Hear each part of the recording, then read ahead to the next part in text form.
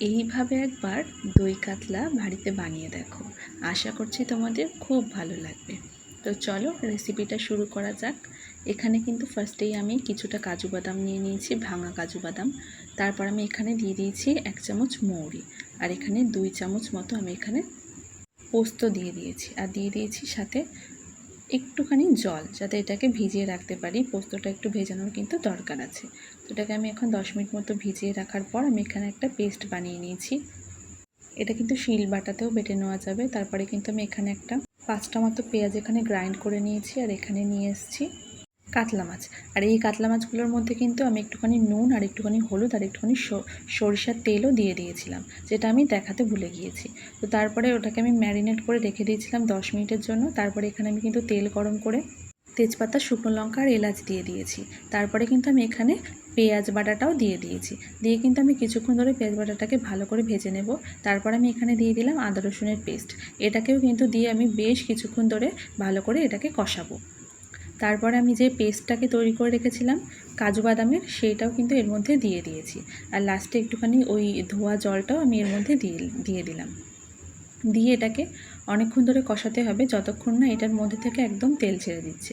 এরপর আমি মশলা হিসেবে শুধু দিচ্ছি এখানে জিরে আর ধনের গুঁড়ো, তাছাড়া কিন্তু আমি এখানে অন্য কোনো মশলা ইউজ করিনি। তো এটাকে ভালো করে নাড়াচাড়া করে এখন এটাকে আমি কিছুক্ষণ চাপা দিয়ে রেখে দেবো। রেখে দেওয়ার পর দেখো একটা তেল ছেড়ে দিয়েছে। তো দেওয়ার পর এখানে আমি দিয়ে দিলাম কাঁচা লঙ্কা অ্যাড করে দিয়েছি। কাঁচা লঙ্কা দিলে কিন্তু স্বাদটা কিন্তু খুব বেশি ভালো হয়। তো দেখো একদম আমি কষাতে কষাতে কিন্তু এখানে কিন্তু তেলটা ছেড়েই দিয়েছে বলতে গেলে। এরপরে কিন্তু আমি এখানে নুনটাকে অ্যাড করে দিলাম। নুনটা কিন্তু তোমরা ফার্স্টেও অ্যাড করতে পারো, আমি ভুলে গেছিলাম তাই পরেই অ্যাড করলাম।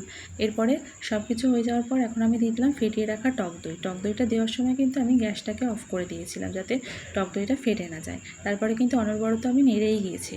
নাড়া হয়ে গেলে তারপরে এটা কিন্তু দেখো কত সুন্দর তেল ছেড়ে দিয়েছে। এরকম তেল ছেড়ে দেওয়া হয়ে গিয়েছে মানে হয়ে গিয়েছে কষানো, আর কষানোর দরকার নেই। এটা কিন্তু বেশি কষালে কিন্তু তেতেও হয়ে যেতে পারে, কারণ এতে পেঁয়াজ দেওয়া আছে। এরপরে তোমরা পরিমাণ মতো নিজেদের ইচ্ছা মতো জল ইউজ করবে। আমি এখানে বেশি জল দিইনি, একটুখানি গ্রেভিটাকে ঘনই রেখেছি।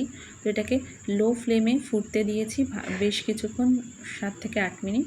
তারপর আমি এখানে ভেজে রাখা মাছগুলোকে দিয়ে দিয়েছি।